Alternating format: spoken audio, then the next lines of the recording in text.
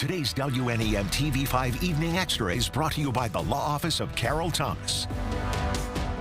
What was once a place of learning is now an eyesore. The Zimmerman Center, a former Flint school, is now an abandoned site prone to dumping. TV5's James Felton spoke to residents in the area to get their thoughts on this mess. Oh, it's bad. I mean, a lot of us in this community, you know, we've been trying to make it, we've lived here a while, we're trying to make it look as good as we can. And it's just places where they just can't keep up. They just keep dumping tires and just all kinds of rubbish. Brian LeMay lives just a short distance away from the former Zimmerman Center School in Flint. The abandoned property is a hotbed for dumpers, with all kinds of trash and debris discarded here. For the most of us that's been here for a while and own these homes, it depreciates the value of our home. Fellow resident Kenny Lane also lives near what was once a place of learning. Well, that don't feel good. But some way I wish that the school would kind of be open up.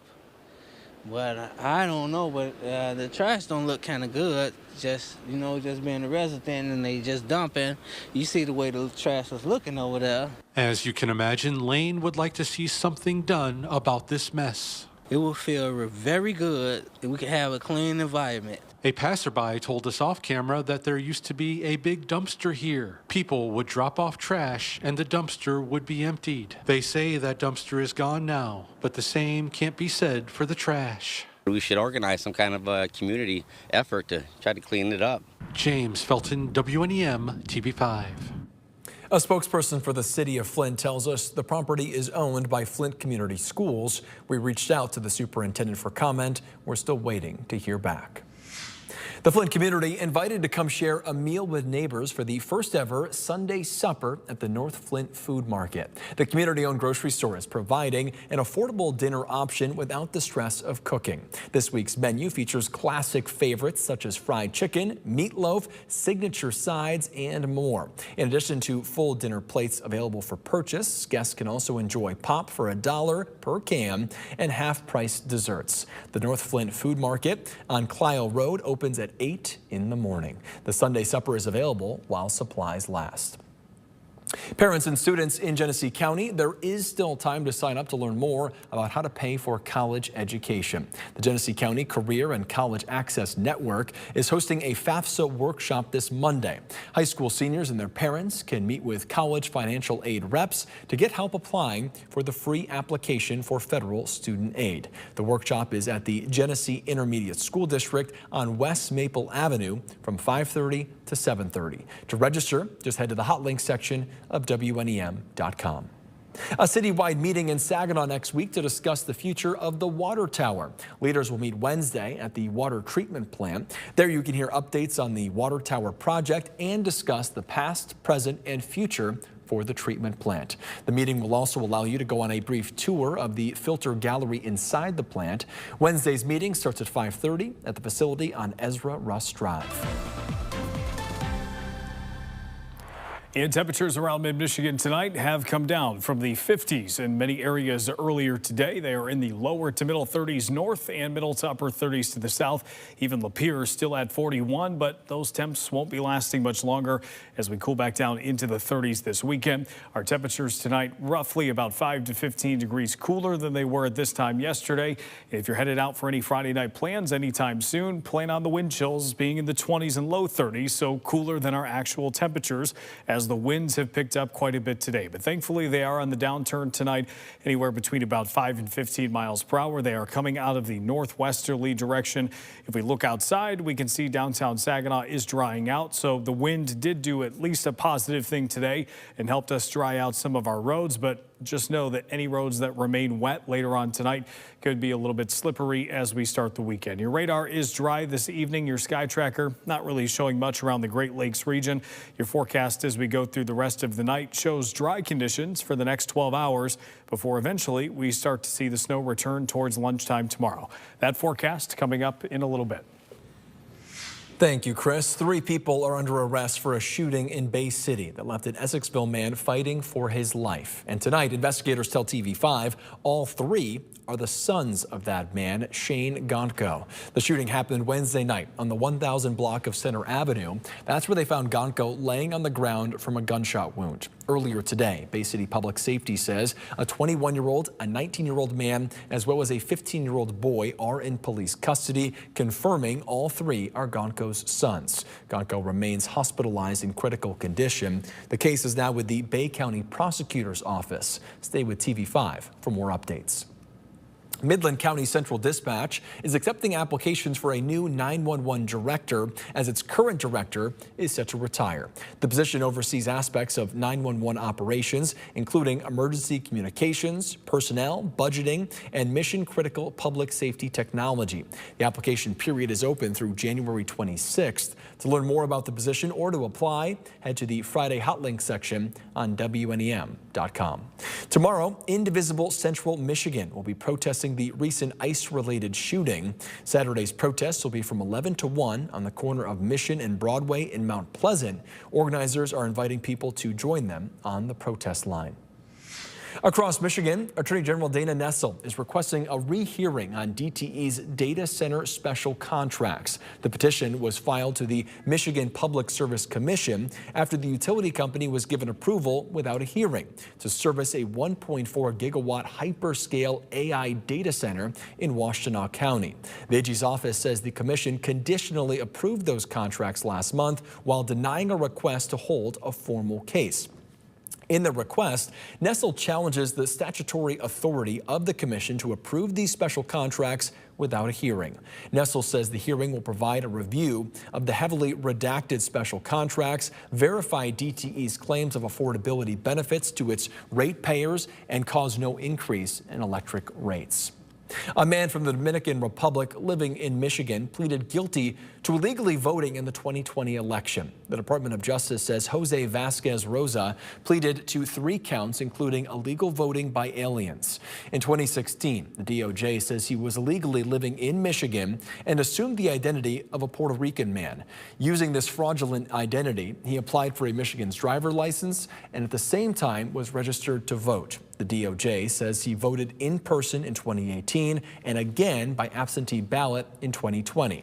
He also tried to illegally get a U.S. passport using the same fraudulent identity, but was denied.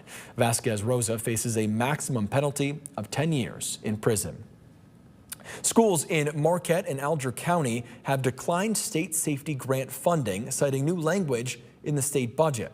The new language requires schools to submit to certain state investigations when a mass casualty event takes place, but those events are not clearly defined. Educators in Marquette County say this can open schools up to legal liability risks. To accept the 31AA money for school mental health and school safety, we would have to forego our constitutional rights to attorney-client privilege. That would apply to all of our faculty and staff, our board members, me personally, and I was just not prepared, and our district was not prepared to forfeit our rights as they are outlined in the 6th Amendment of the United States Constitution. He says in years prior, the state money came without those strings attached. For now, the school districts who refuse the money will have to find other ways to fill the gap or go without. A warning to drivers headed to the Upper Peninsula. The Mackinac Bridge Authority says ice has formed on the upper cables and towers of the bridge, leading to the possibility of a closure due to the risk of falling ice over the coming days or weeks. MDOT says in the past, when ice has fallen, it has damaged cars and in some instances has resulted in death. MDOT says that the bridge has closed 32 times since 1995 because of falling ice. RX Kids is expanding after the break, how it's reaching out to communities to spread the nation's first prenatal and infant cash prescription program. Plus a fun interactive science show at Saginaw's Zoll Library. The special guest still ahead.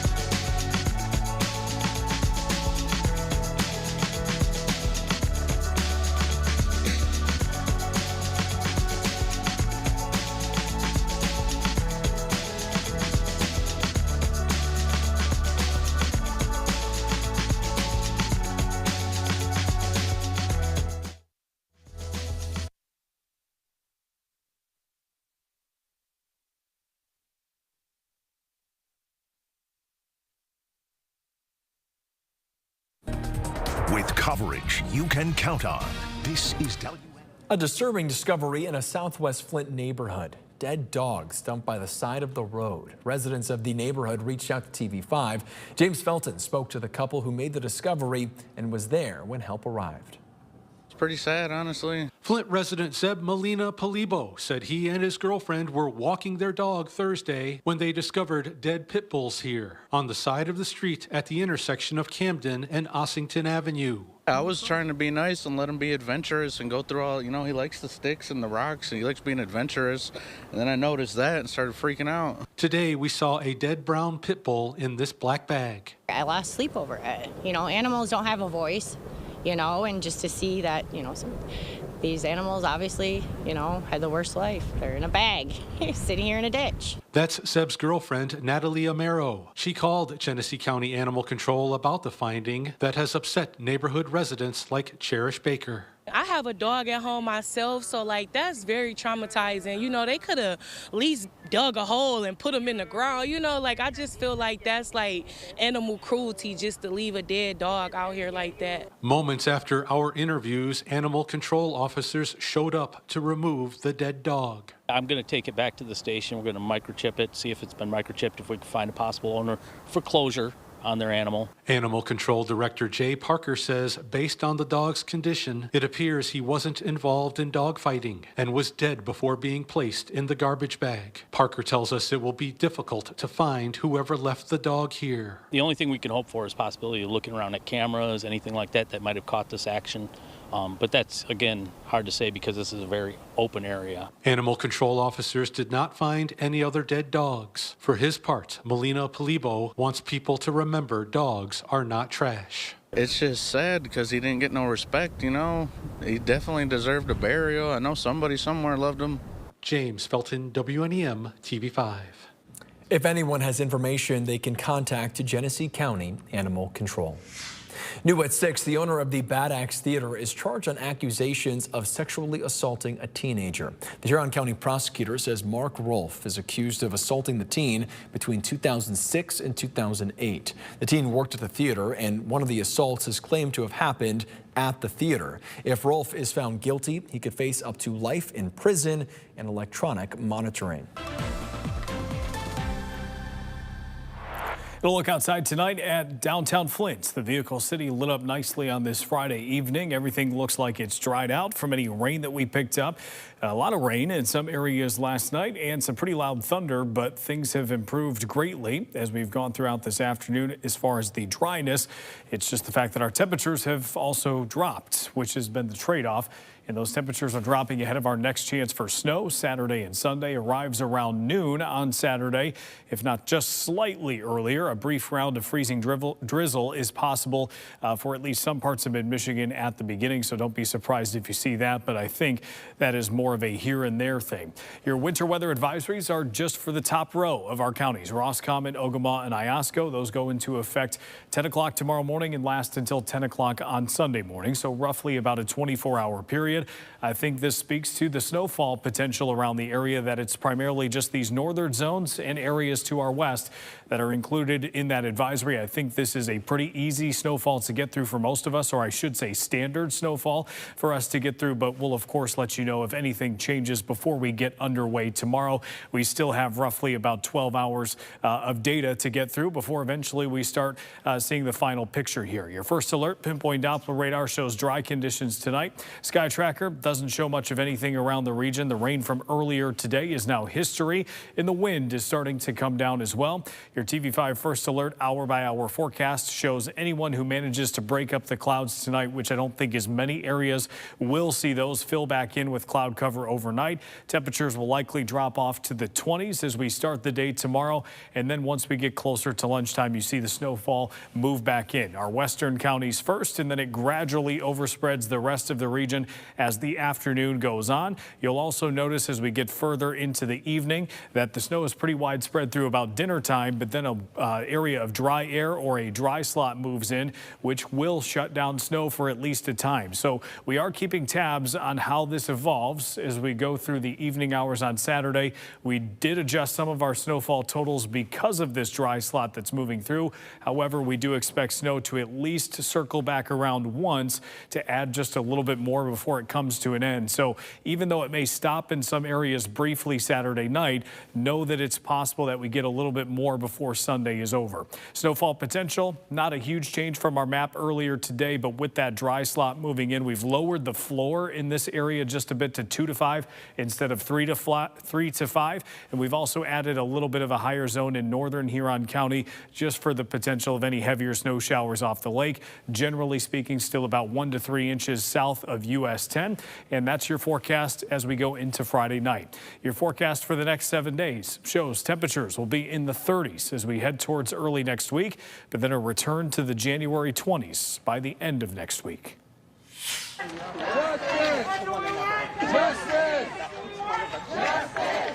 Protesters gathered around a memorial for Renee Good in Minneapolis this afternoon after she was shot and killed by an ICE officer yesterday. Protests were also held in other cities across the country, including here in mid-Michigan.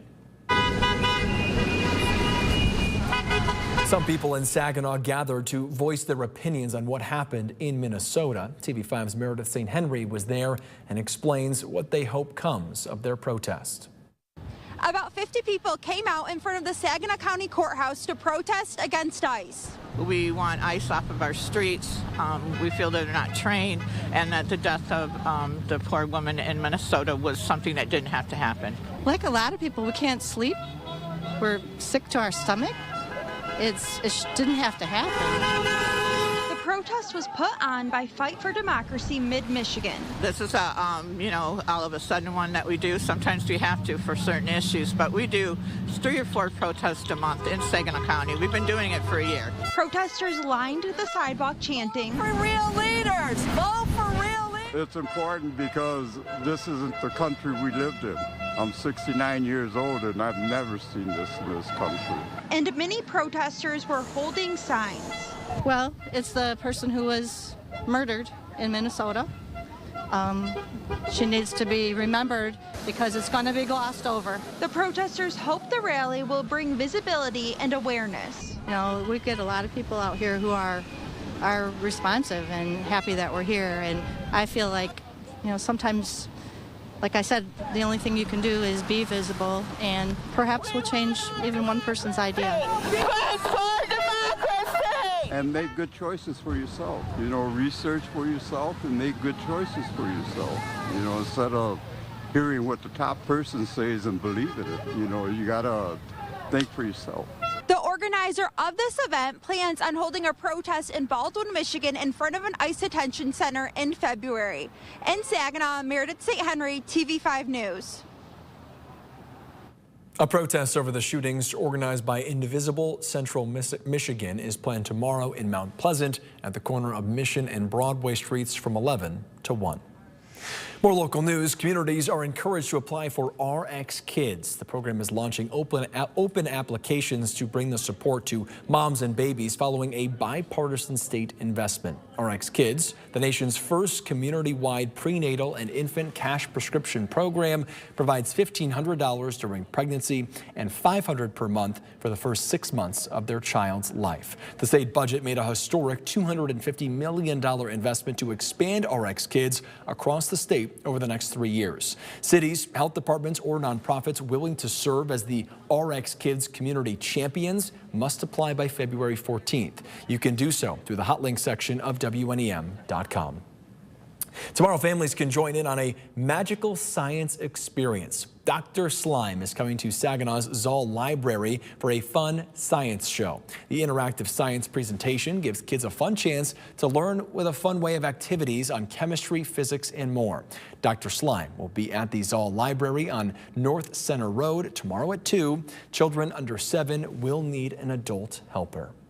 The Carlton Township Recreation Department is looking for new members. Those interested do not have to live in the township to apply. Members are required to attend a monthly meeting on the first Tuesday of each month at 7, earning $60 a meeting. You must be at least 18, pass a background check, and have time to volunteer to help with sports programs.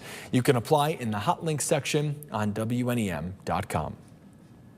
All new tonight, from Britney Spears magazines to cell phones without texting. A time capsule is connecting generations. Find out what students today think of life in the year 2000 and the powerful message it holds on News at 10 on the Great Lakes Sports and Entertainment Network. Then on TV5 News at 11, with heightened tensions over law enforcement actions, what are your rights if you record something in public? Also at 11, our game of the week and many more high school basketball highlights in Fast Break Friday.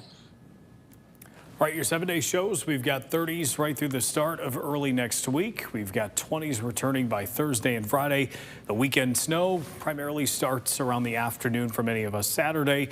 Not a huge snow, about 1 to 5 inches over the course of the area. Heaviest snowfall a little bit further to the north towards our northern counties that are under advisory. So I would say more of an inconvenience tomorrow and Sunday than anything, but obviously be careful on the roads. And for those who want the ground to be recoated with snow, well, here's your chance. I was going to say, I just saw the grass for the first time today, and that's going to be covered again. Thank you, Chris. And if you want to hear more about the weather, you can head on over to our digital live stream at 9 o'clock tonight. Join that stream at WNEM.com, on the TV5 YouTube and Facebook pages, on our Roku and Fire Stick channels, and on the TV5 News app. Thank you for watching WNEM Evening Extra. Of course, keep up with us online as the news breaks. We'll see you back here on TV5 at 11.